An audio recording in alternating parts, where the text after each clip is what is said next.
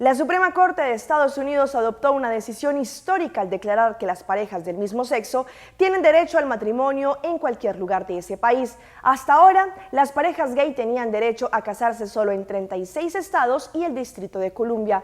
La decisión de la Corte significa que los otros 14 estados en el sur y centro del norte de este país deberán anular sus prohibiciones al matrimonio entre parejas del mismo sexo. Esta noticia seguramente tiene pensamientos a favor y lógicamente en contra de, por ejemplo, quienes piensan en la legalidad del matrimonio conformado tanto por el hombre como por la mujer.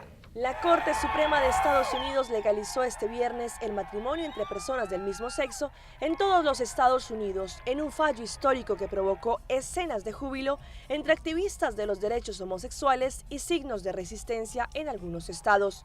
Con 5 votos a favor y 4 en contra, el máximo tribunal estadounidense decidió que la Constitución requiere de los estados que lleven a cabo y reconozca el matrimonio entre dos personas del mismo sexo. El presidente Barack Obama celebró la decisión como una victoria para los Estados Unidos, en un nuevo éxito para la Casa Blanca, un día después de que la Corte Suprema garantizara la continuidad de su reforma al sistema de salud. Pero esta medida no ha caído bien ante miles de opositores del matrimonio igualitario, ya que consideran que es una acción errada que va contra la funcionalidad familiar como vínculo entre hombre y mujer.